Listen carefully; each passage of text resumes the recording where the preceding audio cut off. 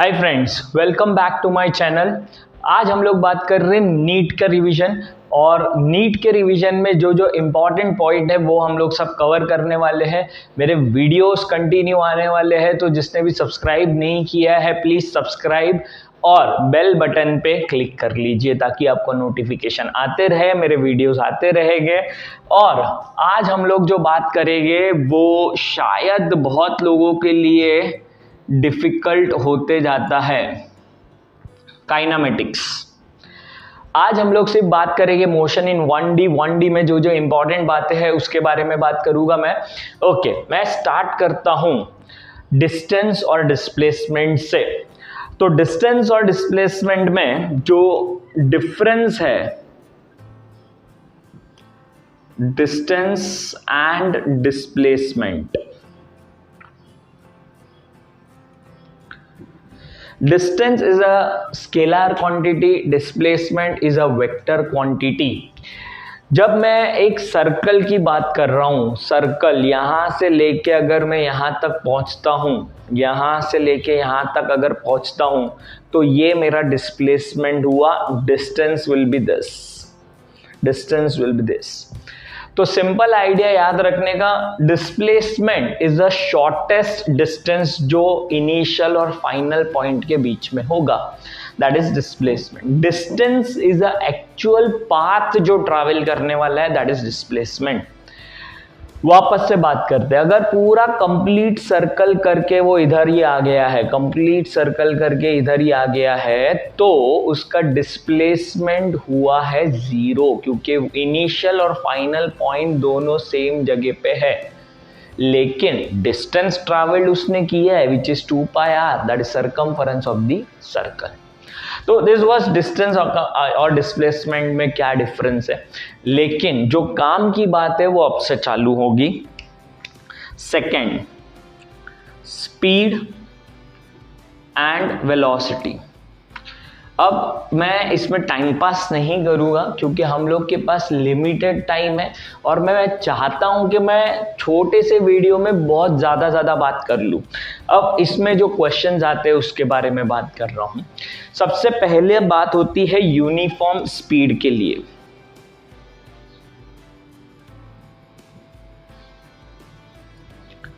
अब uniform speed पे जब मैं बात करता हूं तो स्पीड थ्रू आउट कांस्टेंट रहने वाली है, स्पीड थ्रू आउट कांस्टेंट रहने वाली है।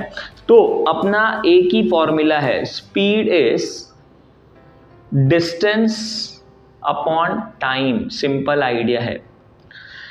अब इसको घुमाते रहना है, मतलब अगर डिस्टेंस कोई बोला तो स्पीड इनटू टाइम बोल देने का, टाइम बोला तो speed upon distance, sorry distance upon speed बोल देंगे, एंड सो ऑन। इसको घुमाते रहो चीजों को। वापस बोलता हूँ, speed is distance upon time. 3 लोग हैं, मैं स्पीड को नाम देता हूँ v, डिस्टेंस को नाम देता हूँ x और इसको नाम दिया t। बस ये 3 लोगों को आपको घुमाते रहना है। कैसे घुमाना है, तो डिस्टेंस पूछा तो v इंटू टी बोल देना, टाइम बोला तो x अपॉन v बोल देना। अब इसके जो क्वेश्चन पूछते हैं उसके बारे में बात करता हूं। ये a पॉइंट से b पॉइंट तक जाना है उसको। अब ये 2 पार्ट में जाएगा, 3 पार्ट में जाएगा, जैसे भी जाएगा। समझो एग्जाम्पल 3 पार्ट में गया, ये C यहाँ पे D। 1/3 of the distance x/3 x/3 x/3। First 1/3 distance travelled करने के लिए अगर इसको टाइम लग रहा है 5 मिनट्स,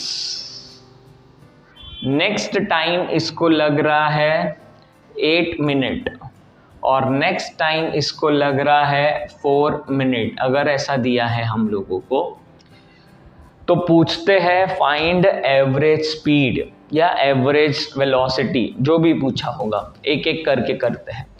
जब भी मैं 2 लोगों को देखता हूं कि मेरे पास डिस्टेंस है और टाइम है, अगर मेरे पास डिस्टेंस है और टाइम है तो मैं उसका स्पीड ढूंढ सकता हूं।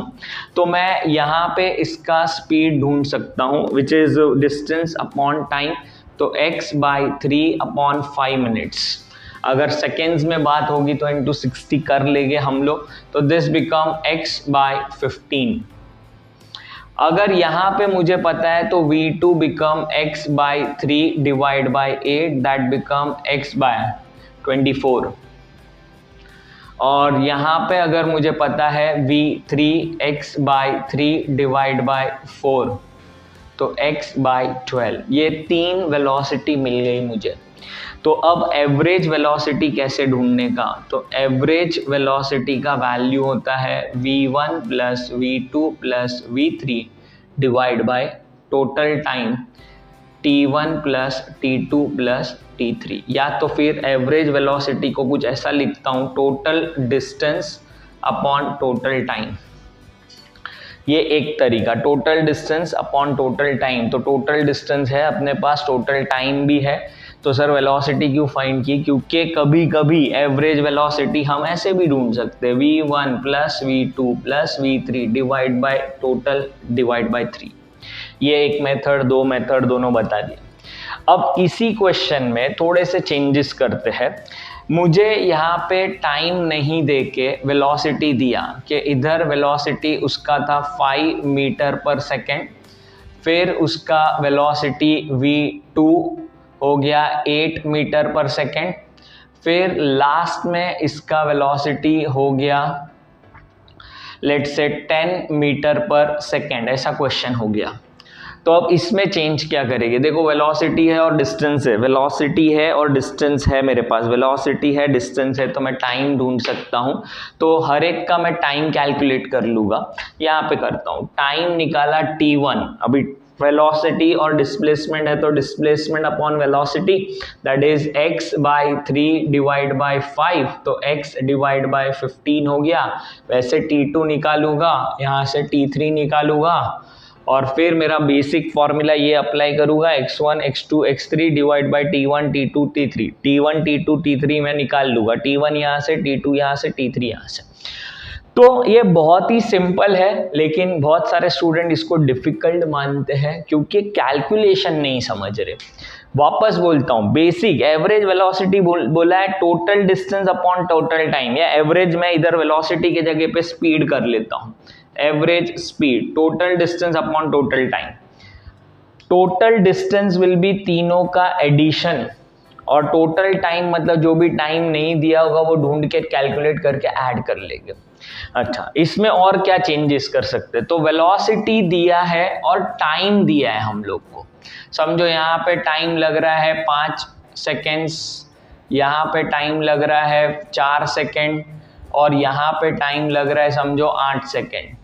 तो अब मेरे पास वापस 2 चीज़ें हैं, वेलोसिटी और टाइम है, तो मैं हर एक का x1 x2 x3 फाइंड कर लूँगा, x1 x2 x3 फाइंड कर लूँगा वेलोसिटी इनटू टाइम से, और फिर इसमें सब्स्टिट्यूट कर दूँगा।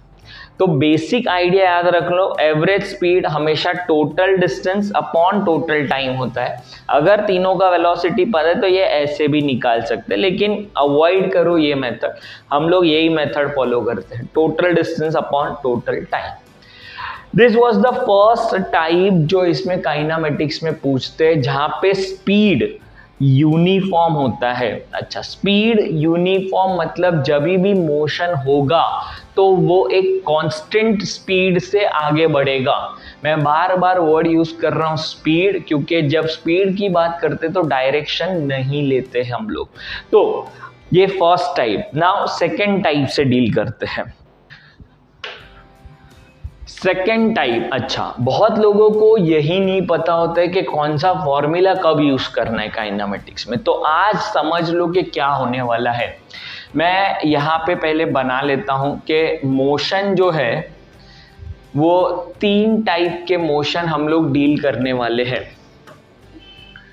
एक जो फर्स्ट होता है उसमें आता है यूनिफॉर्म स्पीड, स्पीड कांस्टेंट होने वाला है। तो इसमें आपके पास सिर्फ एक ही फॉर्मूला है स्पीड का, speed is equal to distance upon time. जब कोई बोलता है कि बॉडी या पर्सन या car is moving with uniform speed, इसका मतलब ये फॉर्मूला है। Speed is distance upon time. दूसरा टाइप जो होता है वो होता है यूनिफॉर्मली एक्सेलरेटेड।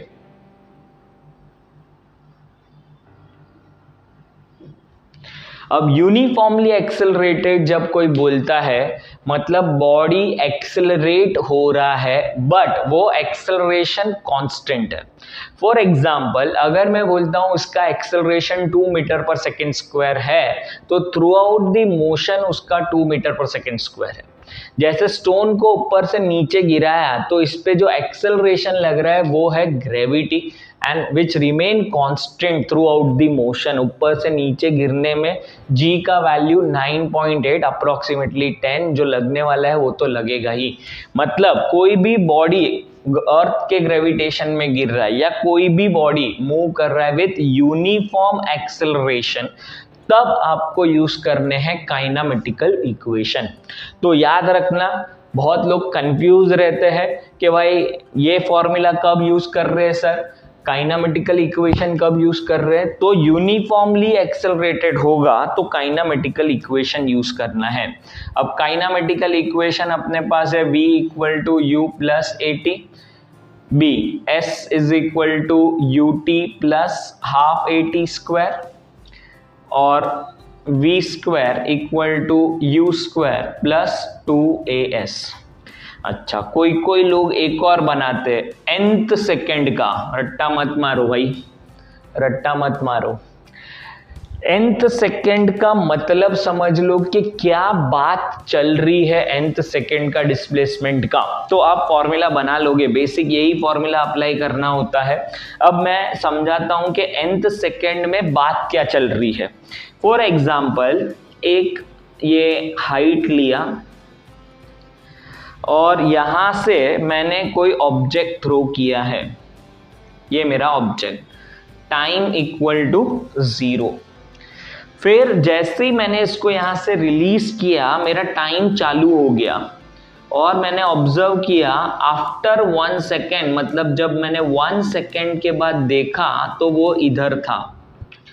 फिर 2 सेकेंड के बाद देखा तो 2 सेकेंड में वो यहां तक पहुंच गया था और लास्ट में जब 3 सेकेंड में वो ग्राउंड को टच कर लिया इसने। ठीक है, तो अब क्वेश्चन है find displacement in second second. Question है डिस्प्लेसमेंट इन सेकेंड सेकेंड। तो सेकेंड सेकेंड चालू कभी होगा तो जब फर्स्ट सेकेंड खत्म हो जाएगा। तो मेरा फर्स्ट सेकेंड यहाँ पे खत्म हो गया और सेकेंड सेकेंड चालू हो गया, 1 से थोड़ा भी ऊपर गया मतलब वो 2 की तरफ आने लगा, मतलब सेकेंड सेकेंड स्टार्ट हो गया है। तो सेकेंड सेकेंड का डिस्प्लेसमेंट मतलब आपको यहां से यहां तक का डिस्प्लेसमेंट ढूंढना है। तो सिंपल है ना, 0 से लेके यहां तक का डिस्प्लेसमेंट अगर S1 है और यहां तक का डिस्प्लेसमेंट S2 है तो मैं S2 माइनस S1 करके ढूंढ लूंगा। क्यों नया फॉर्मूला बनाऊं, मेरा डिस्प्लेसमेंट मुझे पता है 1 सेकेंड के बाद इधर हो गया है, डिस्प्लेसमेंट 2 सेकेंड में मुझे पता है यहां से इधर तक मिल जाएगा, तो दोनों का जो डिफरेंस लूंगा वो आ जाएगा। अच्छा अब अगर पूछा डिस्टेंस या डिस्प्लेसमेंट इन थर्ड सेकेंड, तो थर्ड सेकेंड चालू कब से हुआ, तो जब सेकेंड खत्म हुआ तो थर्ड चालू हो गया। सेकेंड यहां तक है तो थर्ड चालू कहां, तो इसके बाद से थर्ड चालू हो गया लास्ट तक। तो ये जो इन दोनों के बीच में डिस्प्लेसमेंट होगा वो थर्ड सेकेंड में होने वाले, थर्ड सेकेंड में। तो वापस वही 0 से लेके 2 सेकेंड तक का डिस्प्लेसमेंट ढूंढ लो, 0 से लेके थर्ड सेकेंड तक का डिस्प्लेसमेंट ढूंढ लो और दोनों को माइनस कर लो।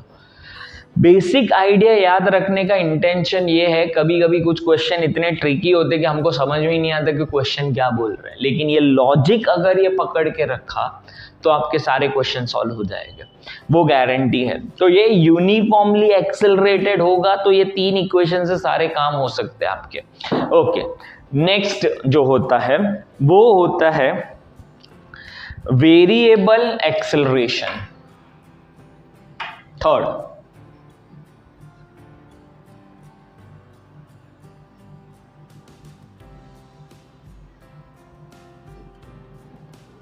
अब ये वेरिएबल एक्सेलरेशन में क्या होने वाला है, वेरिएबल एक्सेलरेशन में आपका एक्सेलरेशन का वैल्यू किसी टाइम पे डिपेंड कर सकता है, डिस्टेंस पे डिपेंड कर सकता है। मतलब कुछ फंक्शन दिए होंगे, क्या फंक्शन दिए होंगे और क्या ढूंढ सकते हैं।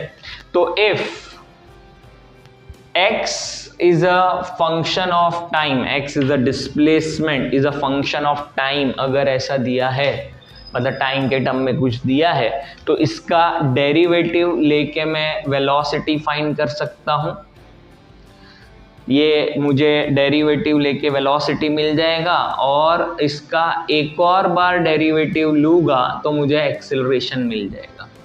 तो मेरे स्टेप्स होते हैं डिस्प्लेसमेंट से वेलोसिटी, वेलोसिटी से एक्सेलरेशन। इसके लिए आपको डेरिवेटिव लेना पड़ता है, लेकिन उल्टा जाना है तो इंटीग्रेशन करना पड़ता है। तो मैं यहाँ से ऐसा मार्किंग कर रहा हूँ, यहाँ से यहाँ, यहाँ से यहाँ, टेक डेरिवेटिव।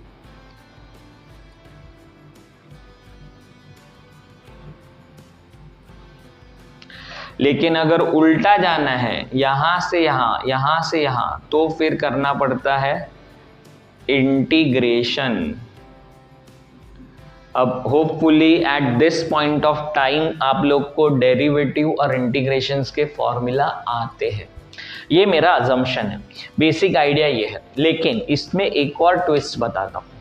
जनरली हम लोग डेरिवेटिव ऑफ डिस्प्लेसमेंट, एक बार डेरिवेटिव लिया तो आंसर आ गया, या फिर एक्सेलरेशन को हम लोग ऐसे याद रखते dv/dt, बराबर है, एक्सेलरेशन इज dv/dt। लेकिन कभी कभी एक ट्विस्ट होता है।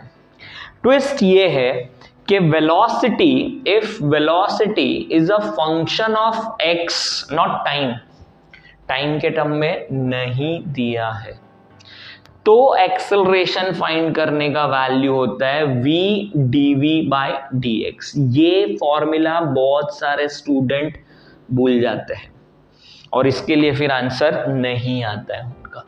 तो दिस इज बेसिक आइडिया, याद रखना। इसके न्यूमेरिकल आपको ट्राई करने हैं। नहीं आया तो मेरा व्हाट्सएप चैनल ज्वाइन कर लो, मेरा टेलीग्राम चैनल ज्वाइन कर लो, वहाँ पे हम आपको सल्यूशन दे सकते हैं। वहाँ पे मैं मेरे नोट्स भी अपलोड करता हूँ ताकि आपको काम करना इजी हो जाए, ठीक है। तो जिसने अभी तक ज्वाइन नहीं किया, please join my WhatsApp channel, join my Telegram channel. Okay, this was basic motion. अब से याद रखना, वापस बोलता हूं, अगर मेरा स्पीड कांस्टेंट है तो मेरे पास एक ही फॉर्मूला है, speed is distance upon time.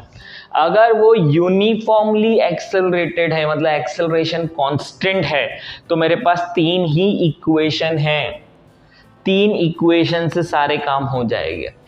इसका ट्रिक मैंने शॉर्ट्स में दिया हुआ है, मैं उसका लिंक भी डाल देता हूं डिस्क्रिप्शन में, तो आप वो भी देख सकते हो। वेरिएबल एक्सेलरेशन हुआ, वेरिएबल एक्सेलरेशन कैसे पता चलता है? जैसे किसी का फंक्शन दिया होगा x is a function of time, उसका डेरिवेटिव लो वेलोसिटी, डेरिवेटिव लो एक्सेलरेशन। रिवर्स में एक्सेलरेशन दिया है तो वेलोसिटी मिल सकता है, वेलोसिटी से डिस्प्लेसमेंट मिल सकता है, उसके लिए करना पड़ेगा इंटीग्रेशन। एक्सेलरेशन का dv/dt भी होता है, लेकिन अगर v is a function of x आ गया तो acceleration will be v dv/dx। So this is all about motion. अब इसी में एक और टॉपिक आता है ग्राफ, तो ग्राफ के बारे में भी बात कर लेते हैं। और ग्राफ जो याद रखने हैं आप लोगों को, तीन टाइप के ग्राफ याद रखने हैं। एक तो xt ग्राफ, एक है VT ग्राफ और एक है AT ग्राफ।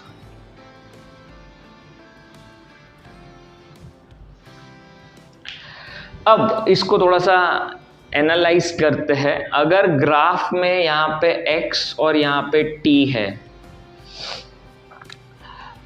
तो एरिया अंडर द ग्राफ क्या होने वाला है? Area under the graph. तो जब कोई बोलता है ना area under the graph,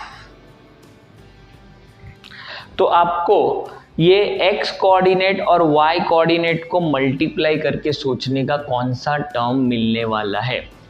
area under the graph जब कोई बोलेगा तो मल्टीप्लाई करना है x और t को मल्टीप्लाई कर लो। तो x और t को जब मल्टीप्लाई करेंगे तो क्या मिलेगा, तो x into T, distance upon time, distance into time, ये कोई क्वांटिटी नहीं बन सकता है, बन सकता है क्या है बताओ।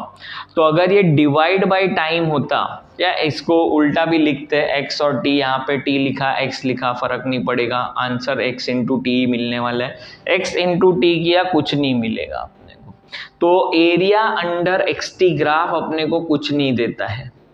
अच्छा, इसका स्लोप, जब कोई बोलता है स्लोप तो आपको दिमाग में लाने का y coordinate upon x coordinate, अगर ऐसा करके देख लो तो x upon T, distance upon time, मतलब ये देगा अपने को वेलोसिटी। तो याद क्या रखना है, अगर xt ग्राफ दिया है तो उसका एरिया अंडर द ग्राफ कुछ काम का नहीं है, लेकिन उसका स्लोप काम का है जो अपने को देगा वेलोसिटी। दूसरा VT ग्राफ, अगर VT ग्राफ दिया हुआ है, यहाँ पे टाइम यहाँ पे वेलोसिटी, इसका एरिया अंडर द ग्राफ ढूंढ के देखते हैं। एरिया अंडर द ग्राफ होगा वेलोसिटी इनटू टाइम, ये कुछ दे सकता है। वेलोसिटी इनटू टाइम जब करते हैं तो आंसर आता है x, मतलब डिस्टेंस और डिस्प्लेसमेंट मिलेगा। जो टेक्निक है ना वो याद रखो कि करना क्या होता है। एरिया अंडर द ग्राफ कोई बोलता है मतलब x कोऑर्डिनेट y कोऑर्डिनेट को मल्टीप्लाई करके देखो कौन सा टर्म बन रहा है, velocity into time distance displacement बनेगा, तो ये क्वांटिटी बन गया। नाउ स्लोप, स्लोप में change in velocity upon change in time, मतलब ये बनेगा एक्सेलरेशन, मतलब इसमें अपने को दोनों मिलता है, एक्सेलरेशन मिलता है, डिस्टेंस भी मिल सकता है। तो VT ग्राफ बहुत काम का ग्राफ है क्योंकि इसका एरिया अंडर द ग्राफ भी मिलता है और स्लोप से भी मिलता है। फिर आता है AT ग्राफ।